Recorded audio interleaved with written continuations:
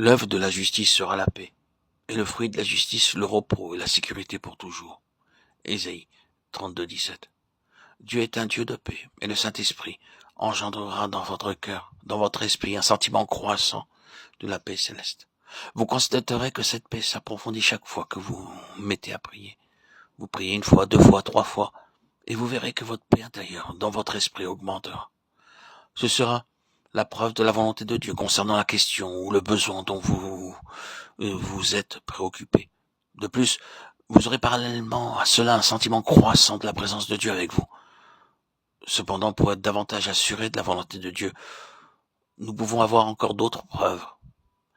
Ta parole est une lampe à mes pieds et une lumière sur mon sentier, psaume 119, 105. C'est le témoignage de la parole de Dieu dans votre esprit. Ainsi, le Seigneur vous donnera un extrait de sa parole ou un fragment de verset pour confirmer dans votre cœur sa volonté. Par exemple, lorsque la pensée de faire une sainte convocation pénétrera dans le cœur de vos frères, Dieu leur enverra plusieurs versets de la parole de Dieu en relation avec cette chose et leur confirmera cette pensée. Ils recevront alors l'assurance que c'est bien le plan de Dieu, qu'il y ait une sainte convocation, un saint rassemblement. C'est pourquoi continuez à lire votre Bible, à genoux, lentement et systématiquement. Priez avant de commencer la lecture, priez à la fin. Alors, par un fragment ou un verset tout entier, le Seigneur peut vous donner une confirmation de sa volonté. Et ceci demande de la patience. Ensuite, Daniel alla dans sa maison et il instruisit de cette affaire Hanania, Michaël et Azaria. Ses compagnons les engageant à implorer la miséricorde du Dieu des cieux, afin qu'on ne fût pas périr Daniel et ses compagnons avec le reste des sages de Babylone. Alors le secret fut révélé à Daniel, dans une vision pendant la nuit. Et Daniel bénit le Dieu des cieux.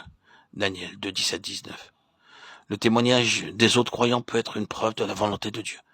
Lorsque Daniel et ses compagnons se mirent à prier, alors Dieu révéla sa volonté.